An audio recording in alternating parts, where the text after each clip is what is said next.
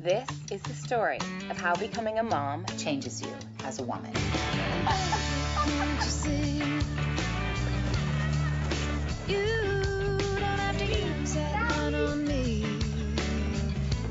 Oh, miss. And baby, can't you see? Let's face it, our husbands love sports. But how much do you know about the game? Today, we're shooting some hoops with former Los Angeles Laker and father of two, Rick Fox. As we discuss, can you talk basketball with your husband? We're out here, we're going to learn a little bit about basketball. Okay. First things first, we're well equipped. We know that we have a basketball, we have a rim. Yep. Right, all good. We're going to try and put this ball through that basket. I have found, I'm a Chicago girl, so I grew up with sports. So for me, it's always been something that I'm very comfortable talking about with men. But it doesn't seem like all women, Barb. Oh, Barb, talk to me. It's just like I feel like when my husband has all his friends over and there's a basketball game going on, and these guys have so much fun. I mean, they go ballistic. Then I walk into the room, and I'm like the Grim Reaper mom. There's a history in sports with men and boys. We'll start with the boys. You talk about your own kids that play. You can see the enthusiasm they have around it. It's kind of a bonding way. Men tend to be more physical. And so there's a certain fraternity feel to it that when you cross and intermingle in the area of female and male talking sports, it has to be massaged in a really, really delicate way. There's our jump shot, There you okay? go. Nice. Jump shot, they call it a jump shot because you leave the ground. Why? Because if there's a defender on you, Oh, okay. you have to be able to get Rick up in over the his air head. to shoot over him, okay? Okay. I'll pretend that I'm the defense. Oh, God.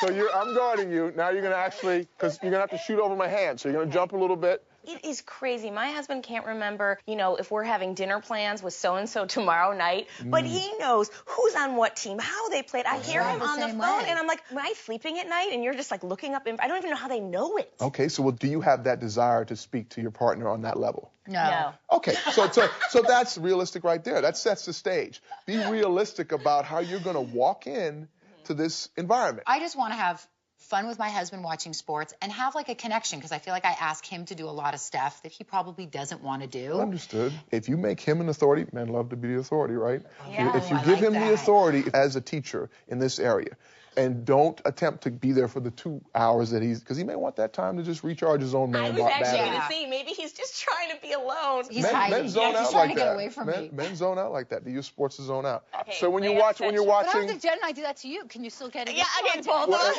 if that, You can't be That's too. not- What do you can't? Okay. ready? Yeah. I'm scared. It is a language though. So give us a little of the language. Yeah, Give us a little yeah. of the language because I don't know that much about basketball. So there's 5 players on a court. Is that right? There are you're- 5. you're in trouble. Well, I'll give a little background. If you've seen basketball, usually basketball athletes are more visible. Hockey players wear helmets, pads. Right. Baseball players have helmets, and bats, so they're threatening. It's not as inviting as watching guys run around in shorts and a tank top. You Right. know, and that's kind of That is more inviting. You're right. There I'm you go. already interested. See, I'm I think- overdressed, yeah, right? exactly. So you look at that and you say, okay, when you walk in the room, at least you know what the sport is. And then what about there's the 3-pointer? I see a lot of excitement on that. It takes a lot of skill to be able to make a basket from that distance. To make, 5 or 6 of those in a game is impressive. You get 3 points. Up close is 2. It's easier. Free throw is just 1 point at a time. Right. That's when I've bumped into somebody, right? when And I've fouled. A I foul. fouled. It's called a foul. Okay. If you see somebody standing at the free throw line, unless it's for a technical foul, which is where somebody either swore or did something aggressive, you're getting a free opportunity to shoot 2 baskets. Well, my husband says I think one of the reasons why he fell in love with me, in addition to others, is we were watching some game and we were both really into it, and I'm like, technical! And he's like, will you marry me? Came right after, right? Okay. Did you have fun? Oh my God, thank you so Cool, much. buddy. God, are you kidding? All right, You're great. the best. Now, this is the one thing you always got to do. High five. Absolutely. High five. Thank There you, Rick, so much. You're welcome. Hey, Cooper, who's playing? We need to know. Barb and I need to know who's playing the game.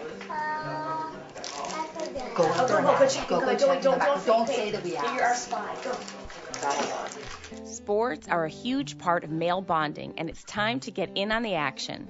Our husbands do a lot of things for us that they are not interested in, and it's only fair that we reciprocate. Whether it's watching a game or knowing his favorite team, it's important to make that connection. Remember, we're all in this together. Would you like to be on Mom Life? Come visit our community at jenandbarb.com. And see how you and your mom life can be on our show.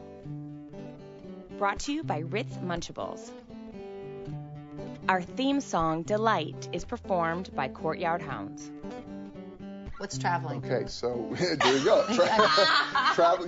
I know about traveling luggage, Hawaii. Yeah, well, I got there's that. a little bit of that. Take me to an